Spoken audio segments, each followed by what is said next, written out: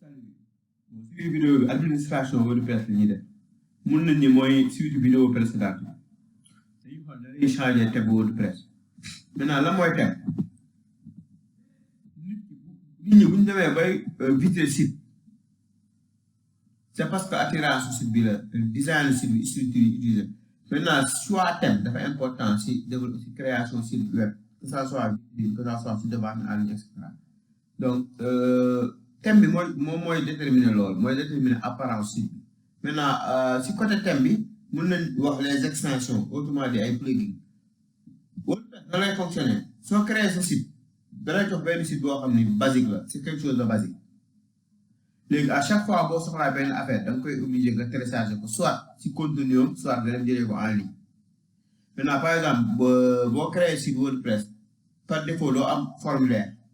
tu es obligé nga jaar si plugin pour dem télécharger formulaire et cetera donc sans plus tarder la dernière fois bi ñu connecté woo créé nañ télécharger nañ ko créé ko mais instant boobu noonu ay jours toll na si ginnaaw ça veut dire que instant yi déconnecté wu naa maintenant je suis obligé de me reconnecter maintenant pour administrer site dañuy connecté wu en tant qu'administrateur pour ce faire da ngay ñëw si site bi si lien bii nii nga yokk WP admin donc lii mooy interface administrateur waaw bi moo lay fekk pour nga basculer si admin bi nga bës si entrée mu indi la fii mu laaj la adresse login ak mot de passe donc login ak mot de passe bi dugaloon nañ ko bi ñuy créer site bi si dernière vidéo bi pour ñu ko fàtte nañ vérifier foofu noonu maintenant boo lancé loolu boo dugalee login ak mot de passe da lay rediriger si dashboard bi donc dashboard ou tableau de bord wala interface de configuration